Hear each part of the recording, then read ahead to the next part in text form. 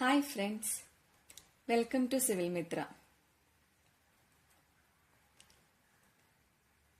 Civil മിത്രയുടെ second class ആണിത്. നിങ്ങൾ ക്ലാസ് ഇഷ്ടപ്പെടുകയാണെങ്കിൽ സബ്സ്ക്രൈബ് ചെയ്യുക, ലൈക്ക് ചെയ്യുക, ഷെയർ ചെയ്യുക. നിങ്ങൾ കമന്റ്സ് ഉണ്ടെങ്കിൽ കമന്റ് ചെയ്യുക. നമ്മൾ സർവേയിങ്ങിൽ ചാപ്റ്റർ 2 ആണ് ഡിസ്കസ് ചെയ്യാൻ പോകുന്നത്. സർവേയിങ്ങിന്റെ ബേസിക്സ്. അപ്പൊ ആദ്യം നമുക്ക് സർവേയിങ് എന്താ, ലെവലിംഗ് എന്താ നോക്കാം. ഓക്കെ, സർവേയിങ് പറഞ്ഞിട്ടുണ്ടെങ്കിൽ it is the art of determining the relative position of points on, above or below the surface of earth by taking measurements in both horizontal and vertical plain.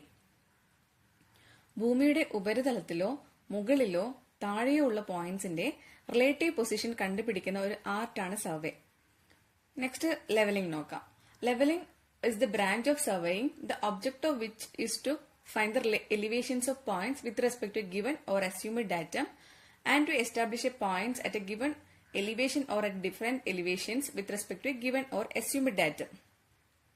എന്താ levelling പറഞ്ഞിട്ടുണ്ടെങ്കിൽ ഒരു സർവേയിങ്ങിന്റെ ഒരു branch ആണ് levelling. Levelling എന്താ ചെയ്യുന്നത്? ഒരു given അല്ലെങ്കിൽ assumed ഡാറ്റത്തിനനുസരിച്ചിട്ട് നമ്മൾ പോയിന്റ്സിന്റെ എലിവേഷൻസ് കണ്ടുപിടിക്കും. അല്ലെങ്കിൽ വി നോ ദ എലിവേഷൻസ്. ആ എലിവേഷൻസിൽ നമ്മൾ പോയിന്റ്സിനെ ഫിക്സ് ചെയ്യാണ് ലെവലിംഗിൽ ചെയ്യുന്നത്. ഒരു എക്സാമ്പിൾ വെച്ച് പറയുകയാണെങ്കിൽ നമ്മൾ റോഡ് കൺസ്ട്രക്ട് ചെയ്യാന്ന് വിചാരിക്കുക. അപ്പൊ ആദ്യം നമ്മൾ എന്താ ചെയ്യുക? നമ്മളെ ഫീൽഡിൽ പോയിട്ട് ഗ്രൗണ്ട്സിന്റെ ഒരു പെർട്ടിക്കുലർ ഇന്റർവൽസ് നമ്മൾ എന്താ ചെയ്യുക? ലെവൽസ് ഒക്കെ എടുക്കും. എന്നിട്ട് നമ്മൾ എന്താ ചെയ്യുക? അതിനനുസരിച്ചിട്ട് ആ ഉള്ള ലെവൽസ് കിട്ടിയ ലെവൽസിനനുസരിച്ച് നമ്മൾ ഡ്രോയിങ്സ് പ്രിപ്പയർ ചെയ്യും, നമ്മൾ ഡിസൈൻ ചെയ്തിട്ട് ഡ്രോയിങ്സ് ഒക്കെ പ്രിപ്പയർ ചെയ്യും. അത് കഴിഞ്ഞിട്ട് നമ്മൾ ഫീൽഡിൽ പോയിട്ട് ഈ ഡ്രോയിങ്സ് ഒക്കെ പ്രിപ്പയർ ചെയ്ത് മാത്രമല്ല നമുക്ക് ആ ഗ്രൗണ്ടിന് നമ്മൾ കട്ട് ചെയ്യണോ അല്ലെങ്കിൽ നമ്മൾ അവിടെ ഫില്ല് ചെയ്യണോ എന്നൊക്കെ നമുക്ക് മനസ്സിലാവുക ഇപ്പൊ നമ്മൾ എടുത്തു വന്നിട്ടുള്ള ഈ ലെവൽസിന് അനുസരിച്ചിട്ടായിരിക്കും. നമ്മൾ ഡ്രോയിങ്സ് ഒക്കെ പ്രിപ്പയർ ചെയ്തതിനു ശേഷം നമ്മൾ ഫീൽഡിൽ പോയിട്ട് നമ്മൾക്ക് ബിഫോർ ഹാൻഡ് നമുക്ക് എന്താ അറിയാം? നമ്മൾക്ക് എലിവേഷൻസ് അറിയാം. ആ എലിവേഷൻസിനനുസരിച്ച് നമ്മൾ പോയിന്റ്സിന് എസ്റ്റാബ്ലിഷ് ചെയ്യാണ് ചെയ്യുന്നത്, പോയിന്റ്സിനെ ഫിക്സ് ചെയ്യാണ് ചെയ്യുന്നത്. ഓക്കെ, അപ്പൊ ഈ റോഡിനെ പോലെ തന്നെയാണ് എല്ലാ പ്രൊജക്റ്റിലും ഇങ്ങനെ തന്നെ ചെയ്യാം. റോഡിന്റെ ഇപ്പൊ നമ്മള് എന്താണ് ഉള്ള ഗ്രൗണ്ടിന്റെ ലെവൽസ് എടുക്കുക ചെയ്തത്. ഈ നമ്മൾ റോഡിന്റെ ഓരോ ലെയേഴ്സ് ഫില്ല് ചെയ്യുമ്പോൾ ലൈക്ക് GSB, WM ലെയേഴ്സ് ഒക്കെ നമ്മൾ ഫില്ല് ചെയ്യുന്നത് ഇതേ പ്രൊസീജിയർ തന്നെയാണ്. ജനറലി ഹൊറിസോണ്ടൽ പ്ലെയിനിലെ മെഷർമെന്റ്സിന് നമ്മൾ എന്താ പറയാ? സർവേയിങ് എന്നും, അതിന് വെർട്ടിക്കൽ പ്ലെയിനിലെ മെഷർമെന്റ്സിന് നമ്മൾ എന്താ പറയാ? ലെവലിംഗ് എന്നാണ് ജനറലി പറയുന്നത്. ഓക്കെ, ഇനി നമുക്ക് പ്രൈമറി ഒബ്ജക്റ്റ് ഓഫ് സർവേയിങ് നോക്കാം.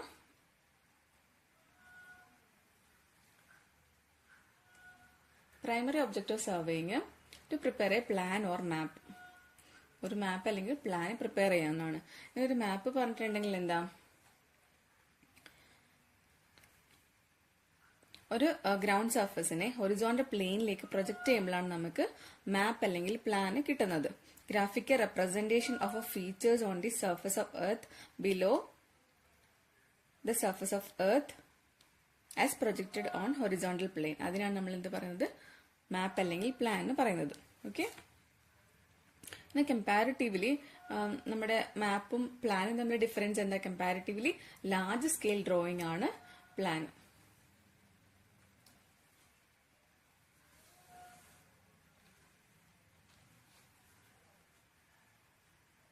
ലാർജ് സ്കെയിൽ ഡ്രോയിങ് ആണ് പ്ലാൻ. ഓക്കെ, വീടിന്റെ ഒക്കെ നമ്മള് പ്ലാൻ എന്നാണ് പറയാ അല്ലെ. ഇന്ത്യയുടെ അല്ലെങ്കിൽ വേറെ ഏതെങ്കിലും കൺട്രീന്റെ അല്ലെങ്കിൽ വേൾഡിന്റെ ഒക്കെ നമ്മൾ പറയുമ്പോൾ മാപ്പ് എന്നാ പറയാ. പിന്നെ ഒരു 1:50 ആൻഡ് 1:100 രണ്ട് സ്കെയിൽ ഉണ്ടെങ്കിൽ ഏതാ ലാർജ് സ്കെയില്? 1:50 ആണ് ലാർജ് സ്കെയില് വരുന്നത്. ഓക്കെ, നമുക്ക് എർത്തിന് നോക്കാം. എർത്തിന്റെ ഷേപ്പ് എന്താ? എർത്തിന്റെ ഷേപ്പ് ഒരു ഒബ്ലേറ്റ് സ്ഫിറോയിഡ് ആണ് ഒരു എർത്തിന്റെ ഷേപ്പ് വരുന്നത്. അല്ലെ, ഒരു മുട്ടേന്റെ ഷേപ്പ് അല്ലെ, ഒരു പെർഫെക്റ്റ് ഒരു സ്ഫിയർ ഷേപ്പ് അല്ലല്ലോ, ഒരു മുട്ടയുടെ ഷേപ്പ്. അതിനാണ് നമ്മൾ ഒബ്ലേറ്റ് സ്ഫിറോയിഡ് എന്ന് പറയുന്നത്. അപ്പൊ എർത്തിനൊരു പോളാർ ആക്സിസ് ഉണ്ട്, ഒരു ഇക്വറ്റോറിയൽ ആക്സിസ് ഉണ്ട്. അപ്പൊ അതിന്റെ ലെങ്ത് രണ്ടും സെയിം ആണോ? അല്ല. ഇക്വറ്റോറിയൽ ആക്സിസ് പോളാർ ആക്സിസിനെക്കാളും 42.95 കിലോമീറ്റേഴ്സ് കൂടുതലാണ്. ഇക്വറ്റോറിയൽ ആക്സിസ് ആണ് വലുത് പോളാർ ആക്സിസിനെക്കാളും. എത്ര വലുത്? 42.95 കിലോമീറ്റേഴ്സ് കൂടുതലാണ് ഇക്വറ്റോറിയൽ ആക്സിസ്. നമ്മൾ പെർസെന്റേജ് പറയുകയാണെങ്കിൽ പോളാർ ആക്സിസ് 0.34%. പോളാർ ആക്സിസ് 0.34% ചെറുതാണ് ഇക്വറ്റോറിയൽ ആക്സിസിനേക്കാളും. ഓക്കെ, ഇനി നമുക്ക് ലെങ്ത് ഓഫ് പോളാർ ആക്സിസും ലെങ്ത് ഓഫ് ഇക്വറ്റോറിയൽ ആക്സിസ് എത്രയാണെന്ന് നോക്കാം. 12714 കിലോമീറ്റേഴ്സ് ആണ് പോളാർ ആക്സിസിന്റെ ലെങ്ത് വരുന്നത്. ഇക്വറ്റോറിയൽ ആക്സിസ് ആണെങ്കിൽ 12757 കിലോമീറ്റേഴ്സ് ആണ് ഇക്വറ്റോറിയൽ ആക്സിസിന്റെ ലെങ്ത് വരുന്നത്. ഓക്കെ, നെക്സ്റ്റ് ഇതാണ്. ഓക്കെ, ഇക്വറ്റോറിയൽ ആക്സിസും പോളാർ ആക്സിസും. ഓക്കെ, ഇക്വറ്റോറിയൽ ആക്സിസും ഇത് പോളാർ ആക്സിസ് ആണ്. ഓക്കെ, നമുക്ക് പ്രിൻസിപ്പിൾ ഓഫ് സർവേയിങ് നോക്കാം. സർവേയിങ്ങിൽ 2 പ്രിൻസിപ്പിളാണ് ഉള്ളത്. വർക്ക് ഫ്രം ഹോൾ ടു പാർട്ടും പിന്നെ locate new points by at least 2 measurements, linear ആവാം അല്ലെങ്കിൽ ആംഗുലർ ആവാം, from a fixed reference point. ഇപ്പൊ ആദ്യത്തെ work from whole to part നോക്കാം. ഓക്കെ, ഫസ്റ്റിൽ നമ്മൾ എന്താ ചെയ്യുന്നത്, major control stations, major control points fix ചെയ്യും വിത്ത് ഹൈ പ്രിസിഷൻ. സെക്കൻഡ് നമ്മൾ മൈനർ കൺട്രോൾ പോയിന്റ്സ് ഫിക്സ് ചെയ്യും വിത്ത് ലെസ് പ്രിസൈസ് മെത്തേഡ്സ് വെച്ചിട്ട്. പിന്നെ എന്താ ചെയ്യുന്നത് വെച്ചാൽ അക്യുമുലേഷൻ ഓഫ് എറേഴ്സ് പ്രിവെന്റ് ചെയ്യുക ചെയ്യുന്നത് ഈ പ്രോസസ്സിലെ കൂടി. ഓക്കെ, ആദ്യം മേജർ കൺട്രോൾ പോയിന്റ്സ് എന്താ പറഞ്ഞു കഴിഞ്ഞാൽ, അതായത് മെയിൻ സർവേ സ്റ്റേഷൻ നമ്മൾ ഫിക്സ് ചെയ്യുന്നത് ബൗണ്ടറിയുടെ തൊട്ടടുത്തായിട്ടായിരിക്കും. ഓക്കെ, മെയിൻ കൺട്രോൾ ഇപ്പൊ ഇവിടെ ഫിഗർ നോക്കുകയാണെങ്കിൽ ABCDEF ഇതെന്താണ്, മെയിൻ കൺട്രോൾ പോയിന്റ്സ് ആണ്. ഈ സ്റ്റേഷൻസ് നമ്മൾ ബൗണ്ടറിയുടെ തൊട്ടടുത്തായിട്ടായിരിക്കും ഹൈ പ്രിസൈസ് ആയിട്ടുള്ള ഇൻസ്ട്രുമെന്റ്സ് അല്ലെങ്കിൽ മെത്തേഡ്സ് യൂസ് ചെയ്തിട്ട് നമ്മൾ ലൊക്കേറ്റ് ചെയ്യും.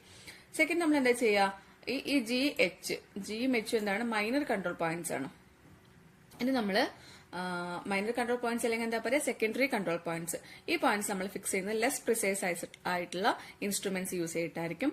ഇങ്ങനെ ചെയ്യുന്നത് error accumulation accumulation of errors ഒഴിവാക്കാൻ വേണ്ടിയിട്ടാണ്. ചെറിയ ചെറിയ എറേഴ്സ് ഉണ്ടാവുകയാണെങ്കിൽ പോലും നമ്മൾ എന്താണ്, ഈ ഹോൾ ടു പാർട്ട് നമ്മൾ ഫോളോ ചെയ്യുമ്പോൾ അത് കോമ്പൻസേറ്റ് ആയിട്ട് പോകുന്നതാണ് പറയുന്നത്. ഓക്കെ, സർവേയിന്റെ പ്രിൻസിപ്പിൾ ഹോൾ ടു പാർട്ട് ആണെങ്കിലും ലാർജ് ഏരിയാസ് സർവേ ചെയ്യുമ്പോൾ, ഹൈ ഓർഡർ സർവേസ് ലൈക്ക് കൺട്രീസിന്റെ സർവേ പാർട്ട് ദ ഹോൾ ആണ് നമ്മൾ ചെയ്യുന്നത്. ഈ കേസിൽ നമ്മൾ മേജർ ആയിട്ടുള്ള കൺട്രോൾ പോയിന്റ്സ് നമ്മൾ ബൗണ്ടറിയുടെ തൊട്ടടുത്ത് ഫിക്സ് ചെയ്യുന്നത് പ്രാക്ടിക്കൽ അല്ല. അതുകൊണ്ടാണ് നമ്മൾ എന്ത് ചെയ്യുന്നത്, ഹോൾ ടു പാർട്ടിന് പകരം നമ്മൾ പാർട്ട് ടു ഹോൾ ആണ് ചെയ്യുന്നത്. ഓക്കെ, ഇനി സെക്കൻഡ് എന്താ പറയുന്നത്, സെക്കൻഡ് പ്രിൻസിപ്പിൾ പറഞ്ഞാൽ locate new points by at least 2 measurements, linear ആവാം അല്ലെങ്കിൽ ആംഗുലർ ആവാം, from a fixed reference point. ഇവിടെ നോക്കാം, എന്താണ്, 2 AB പറഞ്ഞ 2 പോയിന്റ്സ് ഉണ്ട്. അപ്പൊ അവ തമ്മിൽ എന്താണ്, ഈ AC എന്നുള്ള ഡിസ്റ്റൻസും ഓക്കെ AC എന്നുള്ള ഡിസ്റ്റൻസും BC എന്നുള്ള ഡിസ്റ്റൻസ് അറിയാമെങ്കിൽ നമുക്ക് എന്താ ചെയ്യുക, പോയിന്റ് C നമുക്ക് ലൊക്കേറ്റ് ചെയ്യാൻ പറ്റും. D1 D2 ഡിസ്റ്റൻസ് അറിയാതെ നമുക്ക് എന്താ ചെയ്യുക, AB പോയിന്റ്സ് ഉണ്ടെങ്കിൽ നമുക്ക് C എന്നുള്ള പോയിന്റ് നമുക്ക് ലൊക്കേറ്റ് ചെയ്യാൻ പറ്റും. ഞാൻ 2 പോയിന്റ്സിനെ റെഫറൻസ് ആക്കി വെച്ചിട്ട് മൂന്നാമതൊരു പോയിന്റ്സ് നമുക്ക് പ്ലോട്ട് ചെയ്യാൻ പറ്റും. ഇനി സെക്കൻഡ് കേസിൽ എന്താ പറഞ്ഞത്, നമുക്ക് A എന്ന് ഇത്ര ഡിസ്റ്റൻസിൽ ബിയിലേക്ക് പോകുന്ന സമയത്ത് ഇത്ര ഡിസ്റ്റൻസിൽ നമുക്ക് എന്താക്കുക, ഒരു പെർപെൻഡിക്കുലർ ഓഫ്സെറ്റ് D2 നമുക്ക് അറിയുകയാണെങ്കിൽ നമുക്ക് എന്താക്കുക, പോയിന്റ് C നമുക്ക് ലൊക്കേറ്റ് ചെയ്യാൻ സാധിക്കും. ഓക്കെ, തേർഡ് കേസ് ആണെങ്കിൽ AB എന്നുള്ള 2 പോയിന്റ്സ് ഉണ്ട്. ഓക്കെ, AB എന്നുള്ള 2 പോയിന്റ്സ് ഉണ്ട്.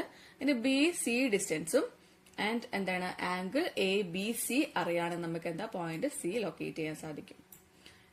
ഇനി ഇവിടെയാണെങ്കിൽ A എന്നുള്ള 2 പോയിന്റ്സ് ഉണ്ട്, അതല്ല angle BAC and angle ABC θ1 θ2 അറിയാണെങ്കിൽ നമുക്ക് എന്താക്കാം, C ലൊക്കേറ്റ് ചെയ്യാൻ പറ്റും. ഓക്കെ, ഇതിലാണെങ്കിൽ AB എന്നുള്ള 2 പോയിന്റ് ഉണ്ട്, ഒരു ആംഗിളും ഒരു ഡിസ്റ്റൻസും, ആംഗിൾ ABCയും ഡിസ്റ്റൻസ് AC-യും അറിയാവാണെങ്കിൽ θ1 ആൻഡ് D2 അറിയാണെങ്കിൽ നമുക്ക് പോയിന്റ് C ലൊക്കേറ്റ് ചെയ്യാൻ പറ്റും. ഇങ്ങനെ ലീനിയർ അല്ലെങ്കിൽ ആംഗുലർ അല്ലെങ്കിൽ ലീനിയർ ആൻഡ് ആംഗുലർ മെഷർമെന്റ്സ് എടുത്തുകൊണ്ട് നമുക്ക് പുതിയൊരു സ്റ്റേഷനോ പോയിന്റിനെ ഫിക്സ് ചെയ്യാൻ പറ്റും. ഓക്കെ,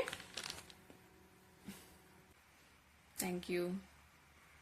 നിങ്ങൾക്ക് നോട്ട്സ് എന്തെങ്കിലുമൊക്കെ PDF ഒക്കെ നമ്മൾ അവൈലബിൾ ആക്കി തരും, നിങ്ങൾ കോൺടാക്ട് ചെയ്യാം കേട്ടോ. Thank you so much.